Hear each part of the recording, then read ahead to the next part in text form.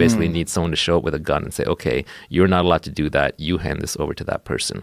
So one of the reasons why I do this podcast is because I believe everybody can be wealthy. Everybody. It's not a zero-sum game. It is a positive-sum game.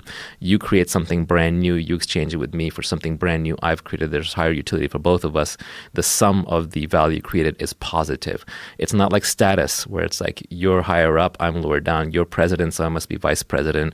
You're a +1, I'm a -1, and has to cancel to 0.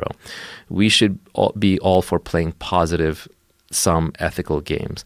The problem is because of these looters who have ruined capitalism's name, that then you get socialists coming in and saying, burn the whole system down. Right. You burn the whole system down, we end up like Venezuela or the former Soviet Union. You know, you don't want to be a failed socialist states with emaciated teens hunting cats in the streets to eat, right? That's literally what happens in some of these places. So I think it's very important not to destroy the engine of progress that brought us here. Yeah, the idea that socialism just hasn't worked yet.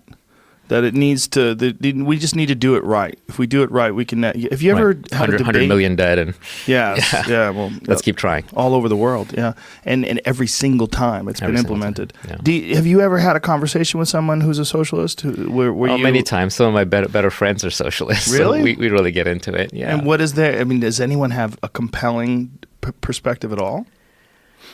I think really socialism comes from the heart. Right? We all want to be socialist. Capitalism comes from the head because there are always cheaters in any system. Yes. And there's incentives in any system. So when you're young, if you're not a socialist, you have no heart. When you're older, if you're not a capitalist, you have no head. Right? You haven't thought it through. So I understand where it comes from. I always liked Nassim Taleb's framing of this, where he said, with my family, I'm a communist. With my close friends, I'm a socialist. At my state level politics, I'm a Democrat. At higher levels, I'm a Republican, and at the federal level, I'm a libertarian. Right? So basically, the larger the group of people you have massed together who have different interests, the less trust there is, the more cheating there is, the better the incentives have to be aligned, the better the system has to work, the more you go towards capitalism. The smaller the group you're in a kibbutz, you're in your commune, you're in your house, you're in your tribe. By all means, be a socialist. With my aunts, with my brother, with my cousins, with my uncles, with my mom, with my family, I'm a socialist.